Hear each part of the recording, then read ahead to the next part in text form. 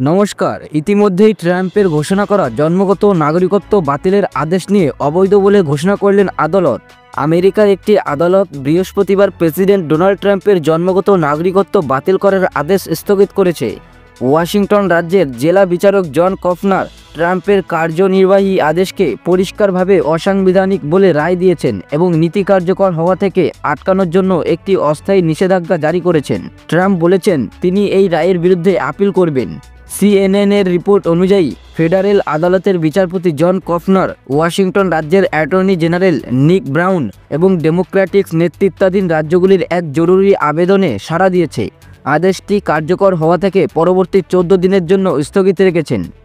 বিচারক কফনার আরও বলেন, আদেশটি যখন স্বাক্ষরিত হয়েছিল তখন আইনজীবীরা কোথায় ছিলেন? বিচারক কফনার বলেন, আমি 4 দশক ধরে বিচারকের আসনে আছি। এমন কোনো প্রশ্নের মুখোমুখি হয়নি যা এত পরিষ্কার। তিনি প্রশ্ন করেন, যখন এই আদেশ স্বাক্ষরিত হয়েছিল তখন আইনজীবীরা কোথায় ছিলেন? বিচারপতি আরও বলেন, আমি হতবাক যে আইনজীবীদের একজন এই আদেশকে সাংবিধানিক বলে দাবি করতে পারেন।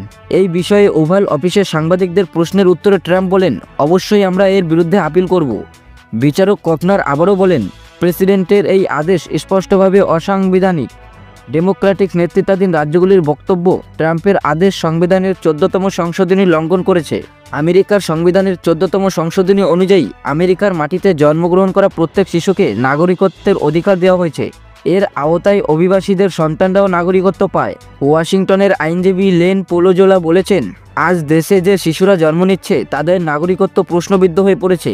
তিনি আরও বলেন, এই আদেশের কারণে নাগরিকত্ব থেকে বঞ্চিত হওয়া শিশুদের নেতিবাচক প্রভাবের সম্মুখীন হতে হবে।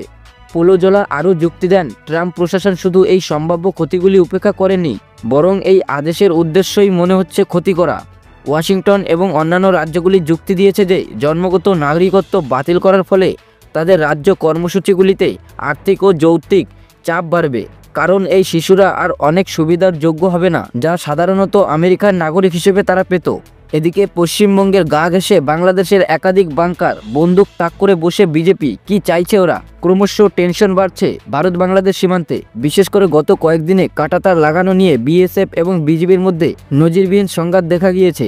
শুধু তাই নয়, কাঁটাতার না থাকায় অবাধে ভারতে ঢুকে বাংলাদেশের দুষ্কৃতীরা ভারতীয়দের ফসল কেটে নিয়ে যাচ্ছে।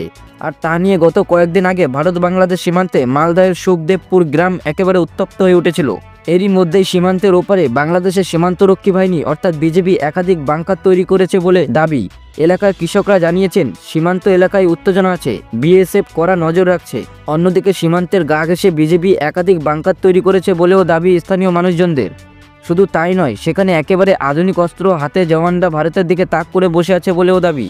বলে রাখা প্রয়োজন, ইউনূস সরকার ইতিমধ্যেই বাহিনীকে সাউন্ড গ্রানেড ব্যবহারের অনুমোদন দিয়েছে।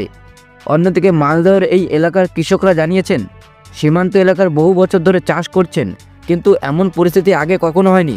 এমনকি বেড়া দেওয়ার সময় বিজেপি জওয়ানরা গুলি করে দেওয়ার হুমকি পর্যন্ত তাদের দিয়েছে বলে অভিযোগ। বলে রাখা প্রয়োজন, শুধু তাই নয়, বিজেপির বিরুদ্ধে আরও মারাত্মক অভিযোগ জানিয়েছেন এলাকার মানুষজন। সর্বভারতীয় এক সংবাদ মাধ্যমের খবর অনুযায়ী বাংকারে বসে থাকা বাংলাদেশি সেনারা অনুপ্রবেশকারীদের বিভিন্নভাবে উৎসাহিত করে যাতে তারা ভারতীয় জমিতে ঢুকে ফসল কেটে নিয়ে যায়। এই অবস্থায় মালদার মহিদপুর সীমান্তের ঠিক ওপারে বাংলাদেশের সোনা মসজিদ এলাকায় বিএসএফ ও বিজেপির বৈঠক করল। উপস্থিত বিএসএফের মালদা সেক্টরের ডিআইজি অরুণ কুমার গৌতম ও বর্ডার গার্ড বাংলাদেশের রাজশাহী সেক্টরের কমান্ডার কর্নেল ইমরান ইবলে সহ বিএসএফ ও বর্ডার গার্ড বাংলাদেশের অধিকারিকা। সীমান্ত উত্তেজনা কমানো নিয়ে বৈঠক হয়, যা খবর। বৈঠকে একাধিক বিষয় নিয়ে আলোচনা হয়, এমনকি সীমান্ত সংঘাত নিয়েও চর্চা হয়েছে বলে খবর। জানা গিয়েছে, বৈঠকের সিদ্ধান্ত নেওয়া হয়েছে সীমান্ত এলাকায় কৃষকরা ছাড়া আর কেউ যাবে না।